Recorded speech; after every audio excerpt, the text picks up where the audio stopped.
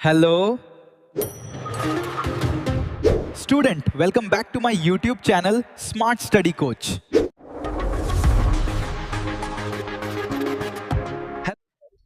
तो देखो, अब एक एक करके सबको समझेंगे। तो बताया जाए कार्बन और इसके अपर रूप। ठीक है, तो कार्बन का आपको पता होगा कि कार्बन के अपर रूप होते हैं।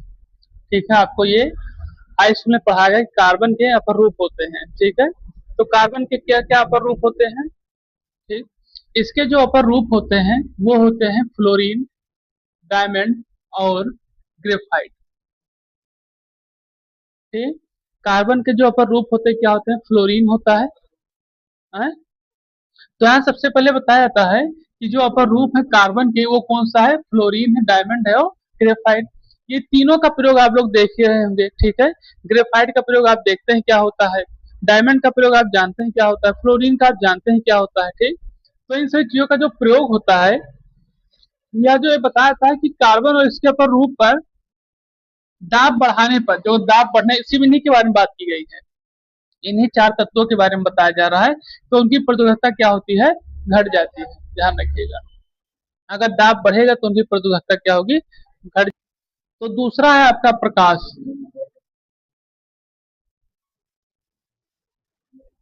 बताया है कि अर्धचालकों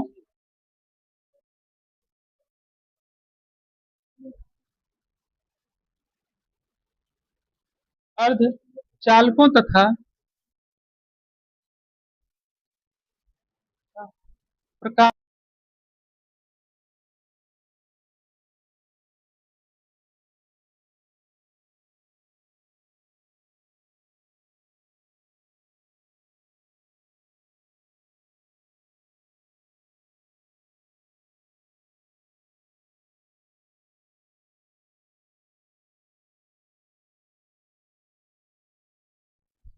तो यहाँ सबसे पहले हम लोग जानेंगे इसके बारे में, किसके बारे में, सोडियम, जिसे आपको दिया गया है।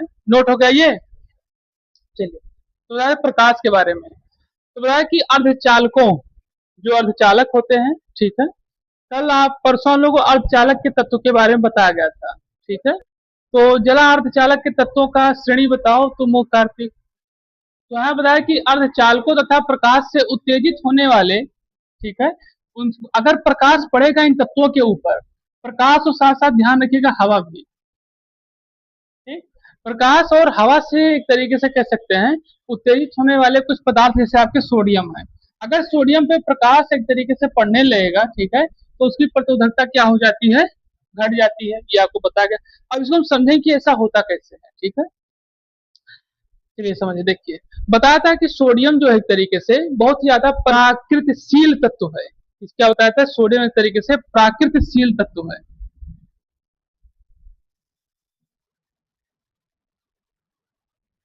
ठीक, और ये जो है रिएक्शन करके, यानी कि ऑक्सीजन से या ओ से रिएक्शन करके करके एक तरीके से ऑक्साइड के रूप में कार्य करने लगता है। जिसे अभी सोडियम है, ठीक है, सोडियम को आप बताया कि कोई कल पर्सन कोई कहा था कि सोडियम को उठा के जाके जल में फेंक दो, सब कुछ कह रहा था।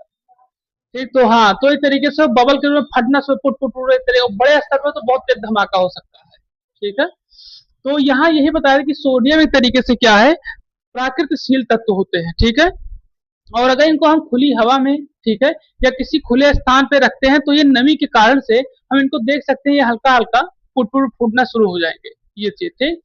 अब यहाँ पर ये चीजें बताई जाती हैं। ठीक, और एक चीज ये भी ध्यान है कि इनकी प्रतिरोधकता को बचाने के लिए, ठीक है, ये सोडियम को एक तरीके से प्रकाश के और उससे उसकी एक तरीके से प्रतिरोधकता ना घटे, तो उसके लिए कुछ व्यवस्था करनी पड़ती होगी। जैसे ऐसे समझिए कि अभी हम लोगों को ठंड लगने लगे, तो अपने शरीर को ठंडक से बचाने के लिए कुछ व्यवस्था करते नहीं करते, तुरंत हम लोग कंबल, रजाई, स्वेटर, जैकेट सब निकालें, टोपी, टोपा, कंटोपा सब, है ना। तो यहाँ सबसे पहले उसी तरीके से सोडियम को भी कहीं ना कहीं सब चीजों से बचाने के लिए कोई व्यवस्था करनी पड़ती है। तो क्या करना पड़ता है कि सोडियम को केरोसिन में रखना पड़ता है। केरोसिन यानी कि मिट्टी के तेल में। जब मिट्टी के तेल में केरोसिन को रखते हैं तब वो इसकी प्रतिरोधकता नहीं घटती।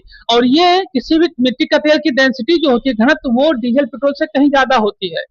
ठीक, जिसके कारण से इसके अंदर ऑक्सीजन या बाहर की जो नमी है वो प्रवेश नहीं कर पाती, और जिसके कारण से इसका रिएक्शन उसके साथ हो नहीं पाता। और सोडियम जो है वो केरोसिन से रिएक्शन भी नहीं करती।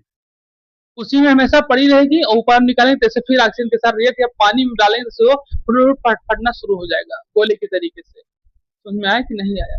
तो इस तरीके से इसको क्या किया जाता है, बताया जाता है कि ये जो होता है अर्धचालक प्रकाश और हवा में होकर क्या हो जाते हैं, उत्तेजित होने लगते हैं। और ये ऐसे पता जैसे आपका सोडियम लिया गया है, सोडियम को एक तरीके से अगर बाहर रखा जाता है तो इसकी प्रतिरोधकता घट जाती है, तो इसलिए इसको किसमें रखा जाता है, केरोसिन यानी कि मिट्टी के तेल में इसको रखा जाता है, जिसके कारण से इसकी प्रतिरोधकता नहीं घटती, जिसके कारण से ये ऑक्सीजन के साथ रिएक्शन नहीं करता या वातावरण में किसी भी तत्व के साथ रिएक्शन नहीं करता, और इसके कारण से ये हमेशा क्या रहता है, अपने बैलेंस के हिसाब से बना रहता है। और रखा किसमें जाता है, इसको ध्यान रखिएगा, केरोसिन में, ये ध्यान रखिएगा, क्योंकि ये ज्यादातर आपके कंपटीशन में पूछा जाता है कि सोडियम को किस तत्व में रखा, किसमें रखा जाता है। जैसे आपको बता दें, अब इसमें अगर देखा जाए हर एक चीजों को, हाँ, तो ये हो गया आपका प्रकाश के बारे में। सोडियम के बारे में एक चीज हम और आपको बता देंगे, आप एक चीज सुने होंगे, सुने तो नहीं होंगे आज तक, हम जानते हैं, और ना आपको इंटरफेस में पढ़ाया गया होगा केमिस्ट्री में, लेकिन तभी हम आपको बताना चाहेंगे। आपने सोडियम लैंप के बारे में नहीं सुना होगा। चलिए, तो अब हम लोग जानेंगे तीसरा इसका, चुंबकीय क्षेत्र। हाँ, चुंबकीय क्षेत्र है। तो अब हम लोग जानेंगे चुंबकीय क्षेत्र के बारे में। बताओ अर्जुन कितना बड़ा काम कर गए, तब तक आप लोग सुन रहे कुछ दूसरा, अपना पेज सब गिन गए तुरंत।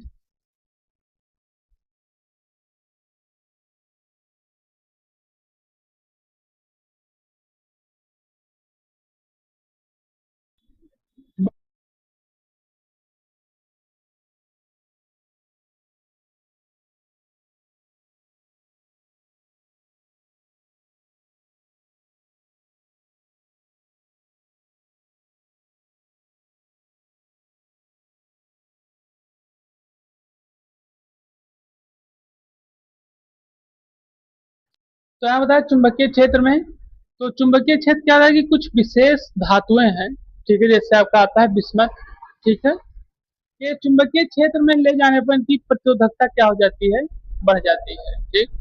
अब समझेंगे इसको, देखिए, जैसे आपको पता है कि अगर चुंबकीय क्षेत्र में हम लोग इसको, अगर चुंबकीय क्षेत्र में, ठीक है, हम लोग लोहे को ले जाएं तो वो भी कहीं ना कहीं तरीके से उसको चिपकने का कार्य करती है, रेजोनेंस दूसरे तरीके से ग्रहण करने का कार्य करती है। लेकिन अगर देखा जाए लोहे के बारे में सर्किट को, ठीक, तो अगर किसी को करंट लगा हो या ना भी लगा हो, आप लोहे को छुआएंगे एक तरीके से सर्किट से, तो आपको भी करंट लगेगा जरूर, ठीक। लेकिन यहाँ वो चीजें बताई जा रही हैं कि जो कुछ ऐसी विशेष धातुएं होती हैं, जैसे कि आपका दिया गया है बिस्मथ, जिसमें चुंबकीय क्षेत्र में ले जाने पर इनकी प्रतिरोधकता बढ़ जाती है, प्रतिरोधकता क्या हो जाती है तरीके से, बढ़ने लगती है, ठीक। तो प्रतिरोधकता बढ़ने का कुछ कारण होता होगा, ठीक है। अब आप देख सकते हैं कि जब हम लोग मान लीजिए अब इसके हम लोग इलेक्ट्रॉनिक विन्यास पे आयनों को देखें तो ये +3 और +5 होता है, ठीक। तो इसके कारण से इनकी प्रतिरोधकता बढ़ने का सबसे बड़ा कारण यही होता है कि ये कितनी मात्रा में आयनों को अपने अंदर क्या करती है, ग्रहण करती है, ठीक। तो आयनों को जैसे जैसे ज्यादा मात्रा में ग्रहण करने लगती है, उनके कारण से इनकी प्रतिरोधकता क्या होने लगती है, बढ़ने लगती है। और चुंबकीय क्षेत्र को अगर देखा जाए हर एक तरीके से, जैसे अभी आपको बताया, मान लिया चुंबकीय क्षेत्र मिल लेगा प्लास्टिक को, तो वो तो उस पर किसी कोई भी प्रकार का असर नहीं पड़ेगा, ठीक। लेकिन जिस तरीके से चुंबकीय क्षेत्र को जो फॉलो करे, जैसे जैसे आप देखेंगे कि चुंबकीय क्षेत्र में अगर आप लोहे को ले जाएंगे तो चिपक लेगा, ठीक है। चुंबकीय क्षेत्र में आप मतलब ये चीज बताए कि ऐसी ऐसी चीजों को ले जाएं, ठीक है, जो एक तरीके से वो अपने अंदर एक तरीके से क्या क्या अट्रैक्ट करे, आकर्षण करने का कार्य करता हो, तो उसकी व्यवस्था, ठीक है, अलग होगी, क्योंकि वो उसको अट्रैक्ट कर रहा है, और इसमें होता है कि उनकी प्रतिरोधकता बढ़ जाती है, यानी कि आयनों के बारे में बताया जा रहा है।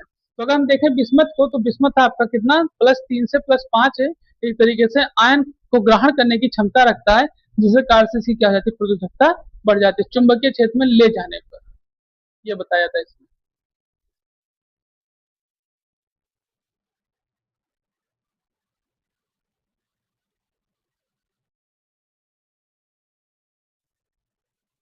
लिखिए इसमें।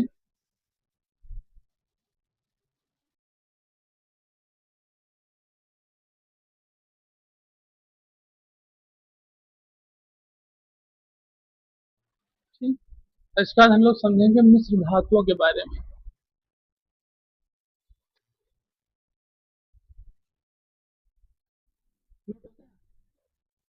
चलिए देखते हैं इसको। यहाँ बताया जाता है क्या कि मिश्र धातुओं को बनाते समय जब कोई धातु मतलब कोई मिश्र धातु बनती है, ठीक है, तो मिश्र धातु आप मान के चलिए कि एक तत्व से तो बनती नहीं होगी, धातुओं से मिलकर बनती होगी, ठीक है। तो मिश्र धातुओं को एक तरीके से बनाने से, ठीक है, उनमें जो अशुद्धियां पड़ती हैं, अशुद्धियां में देखने को मिलती हैं, ठीक है। तो यहाँ इन चीजों को क्या कहता है, व्याख्या से बताएगा कि मिश्र धातुओं को बनाते समय अशुद्धियां मिलाने से इनकी प्रतिरोधक क्षमता घट जाती है, ठीक। तो जब कोई भी मिश्र धातु बनती है, कोई भी मिश्र धातु बनती है जब, तो उनमें कहीं ना कहीं अशुद्धियां मिलानी ही पड़ती है। अशुद्धियां मिलाने मतलब कि कोई दूसरा तत्व मिलाना पड़ता है। जैसे अभी हमने आपको बताया था कि मान लीजिए कि आप 24 कैरेट का गोल्ड लिए हुए हैं, उसके बारे में आपको बताया था, ठीक है, कि उसमें कुछ अशुद्धियां पड़ती हैं जिससे वो 22 कैरेट या 18 कैरेट तक बनता है, फिर आपको पहनने लायक होता है, ठीक है। अशुद्धियां जो है एक तरीके से बताई जा रही है कि मिश्र धातुओं को बनाते समय, ठीक है, हाँ बताएगा आपको मिश्र धातुओं को बनाते समय। तो हम आपको बता रहे थे बांग्लादेश के उस सिक्कों के बारे में, ठीक है। तो ये सिक्के इस तरीके से अशुद्धियां मिला मिला के उसमें ब्लेटें बनाई जाती है। तो आप लोग खुद भी देख सकते हैं कि एक ब्लेड मुश्किल से 3 से 4 चलती है, फिर खत्म हो जाती है, ठीक है। तो ये चीजें इसमें क्या की जाती है, बताई जाती है। तो ऐसा रहा है कि मिश्र धातुओं को बनाते समय अशुद्धियां मिलाने से इनकी क्या हो जाती है, प्रतिरोधकता घट जाती है। ये चीज में क्या की जाती है, बताई जाती है।